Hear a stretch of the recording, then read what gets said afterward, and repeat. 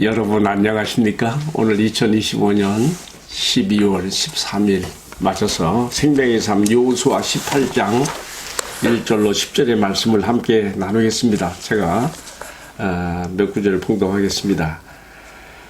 이스라엘 자손의 온 회중이 실로에 모여서 거기에 회막을 세웠으며 그 땅은 그들 앞에서 돌아와 정복되었더라. 그러나 이스라엘 자손 중에 그 기업의 분배를 받지 못한 자가 아직도 7지파라. 여호수아가 이스라엘 자손에게 이르되 너희가 너희 조상의 하나님 여호와께서 너에게 주신 땅을 점령하러 가기를 어느 때까지 지체하겠느냐? 너희는 각 지파에 세 사람씩 선정하라. 내가 그들을 보내리니 그들은 일어나서 그 땅에 두루 다니며 그들의 기업에 따라 그 땅을 그려 가지고 내게로 돌아올 것이라. 이제 오늘 마지막 말씀입니다. 9절. 그 사람들이 가서 그 땅으로 두루 다니며 성읍들을 따라서 7부분으로 책에 그려서 실로 지정에 돌아와 여호수아에게 나아오니 여호수아가 그들을 위하여 실로의 여호와 앞에서 제비를 뽑고 거기서 이스라엘 자손의 분파대로 그 땅을 분배하였더라. 아멘. 방금 읽어드린 이 말씀을 가지고요, 제목을 3절에 나옵니다. 너희가 어느 때까지 지체하겠느냐? 조금 더 구체적으로 말하면 여호와께서 너희에게 주신 땅을 점령하러 가기를 어느 때까지, 언제까지 지체하고 있겠느냐 하는 여호수아의 책망 섞인 도전인데요. 지금 여호와 하나님께서 여호수아를 통해서 그의 영으로 말씀하시는 것이죠. 이미 그 땅을 너희에게 정복되게 하였는데 언제까지 그 남은 싸움을 너희가 지림불진하게 그렇게 멈춰두고 있겠느냐, 그 말 아니겠습니까? 여기서 우리가 가나안 정복에 대한 이해를 잘 해야 됩니다.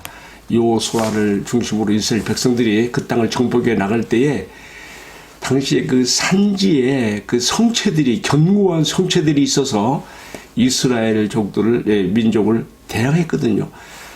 여호수아와 이스라엘이 그 산체들을 중심으로 다 정복한 거예요. 그러니까 이제 그 잔당들이 각각의 곳으로 숨어 들어갔단 말이죠. 이미 이겨놓은 싸움이에요. 이미 점령되었어요.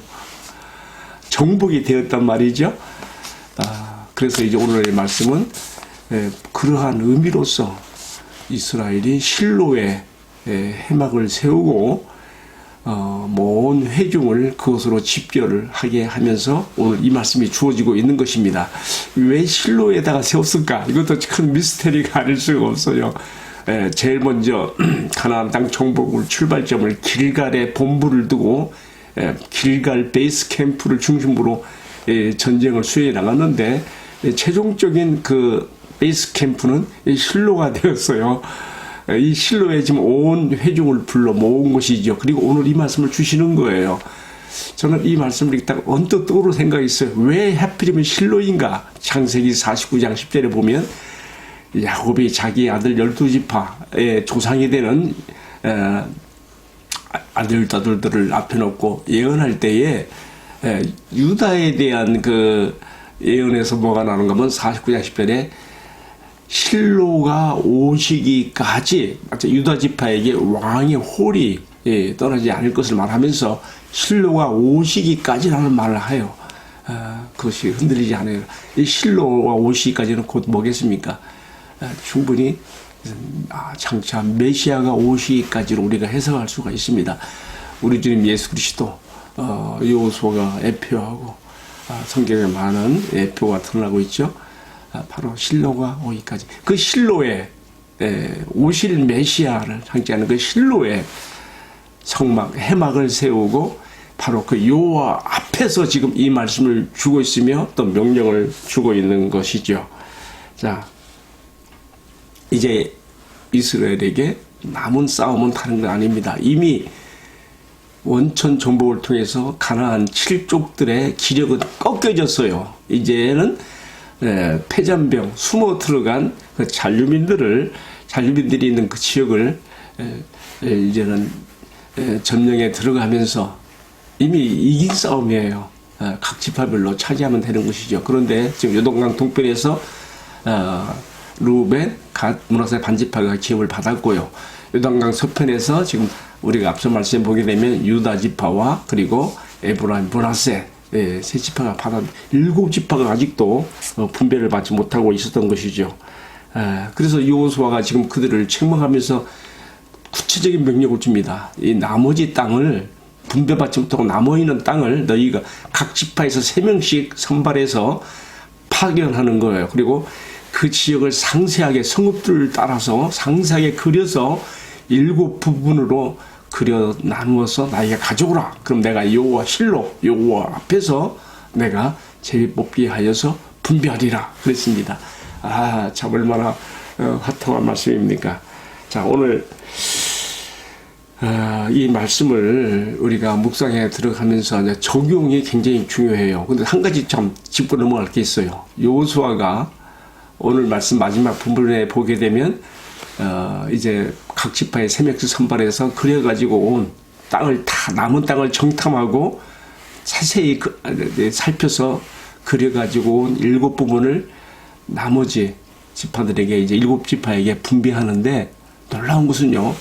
가나안 땅 전체 12지파가 차지한 전체를 놓고 봤을 때 정말 창세기 49장에 이스라엘의 조상이 야곱이 예언한 그대로 자기 자식들의 그 장례사를 애고했거든요. 그 장례사를 애고한 그 내용과 특징대로 각 지파가 지역을 분할받았다는 것에 참 놀라움이 있는 것입니다. 오늘 이 말씀을 생각하면서 적용을 첫 번째로 뭘 하게 되는가 하면요. 오늘 내가 지금 처해 있는 내 삶의 자리가 이스라엘 12지파가 각각 하나님의 뜻 가운데 분배받은 그 자리처럼 지금 내 삶의 환경과 처지는 그냥 우연하게 나에게 닥쳐온 것이 아니라 나를 가장 잘 아시는 하나님께서 지금 나를 이 자리에 두고 계시며 지금 또 나를 이끌고 있다는 것을 정말 믿음으로 마음깊이 받아들이게 됩니다. 때로는 왜 나의 처지는, 나의 형편과 나의 환경은 왜 이렇게 어려운가 또 부정적으로 볼 수 있거든요. 그러나 그렇지 않습니다. 내가 처해 있는 나의 처지와 환경은 나를 잘 아시는, 심지어 나의 머리털 하나까지 다 세세히 세실 만큼 잘 아시는 우리 아버지 하나님께서 그리스도 예수 안에는 지극히 사랑하는 나를 위하여, 나의 유익을 위하여 나를 지금 이 자리에 두고 있다는 것을 분명히 우리가 믿음으로 붙잡고 나가야 되겠습니다. 시편 16편 6절에 이런 말씀이 있죠. 다윗이 말하기를 주께서 내게 줄로 재어준 구역은 아름다운 곳에 있으며 나의 기업이 실로 아름답도다. 이 고백을 우리가 우리 자신의 신앙과 삶의 처지로 가지고 가야 됩니다. 하나님께서 들어와 살게 하신 그 가나안 땅에 살고 있으면 그 자체로서 이스라엘에게 축복이고 안심이고 행복이었던 것처럼 오늘 그리스도 예수 안에 내가 있음으로 인하여서 나는 이미 천국 기업에 참여한 자가 된 것이며, 이것이 구약에서는 가나안에 들어간 곳으로 지금 비유가 되어 있어요. 이제 그리스도 안에서 내게 준 이 기업 안에서 내가 세상이 줄 수 없는 참 평안을 내가 누리며 살게 된 것을 진심으로 주님 앞에 감사드리고 이 행복을 붙잡는 우리들이 될 수 있기를 축복합니다. 마지막으로 하나만 더 적용하게 되는 것은 교훈입니다. 너희가 어느 때까지 지체하겠느냐? 18장 3절에 나오는 말씀이죠. 너희가 이미 이루어진 그 승리의 발판 위에서 이제 나머지 그 잔당들이 좀 이렇게 좀 수면인데 그것들은 사실 그 둘이 하나도 염려할 바가 아니다. 이제는 전명에 들어가라. 각계전투로 각 지파별로 전명에 들어가라고 하는 것이죠. 근데 그걸 못하고 7지파가 주저주저 했거든요. 앞에 나왔던 에브라임, 므낫세, 유다는 이미 했고요. 자, 이 점에 대해서 오늘 우리가 이 부분을 우리 삶에 적용한다면 왜 지체하고 있느냐? 왜 싸우지 않고 있느냐? 왜 점령하지 않고 있느냐? 우리 자신에게 적용한다면 이렇게 적용할 수 있어요.